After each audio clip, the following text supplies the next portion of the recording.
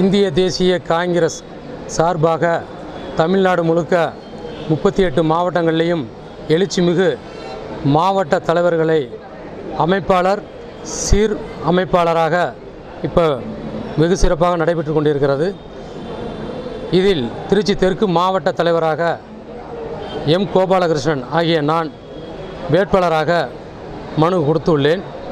இந்த மனுவானது இந்திய தேசிய காங்கிரஸில் சாமானியன் ஒருவனாக தேர்ந்தெடுப்பதற்கு மக்கள் மத்தியில் நிர்வாகிகள், கிராம கமிட்டி, நகர கமிட்டி, ஒட்டுமொத்த காங்கிரஸ் நிர்வாகிகளிடம் நேரடியாக விருப்பம் கேட்டு அவர்களை தேர்ந்தெடுக்கும் சிஸ்டமானது இளம் தலைவர் வருங்கால பிரதமர் ராகுல்ஜி அவர்களின் இந்த சிஸ்டம் அருமையான சிஸ்டமாக தமிழ்நாட்டில் எழுச்சி பெற்று கொண்டிருக்கிறது. இதற்கு நாங்கள் காங்கிரஸ் கட்சியில் இருப்பதே ஒரு பெருமையாக நினைத்து இருக்கின்றோம்.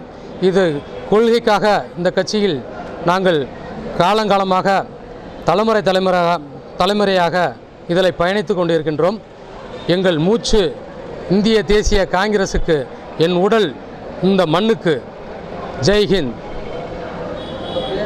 என் கோபாலகிருஷ்ணன், இந்திய தேசிய காங்கிரஸ் திருச்சி தெற்கு மாவட்ட செயலாளர், மணப்பாறை சட்டமன்ற தொகுதி, நடுப்பட்டி.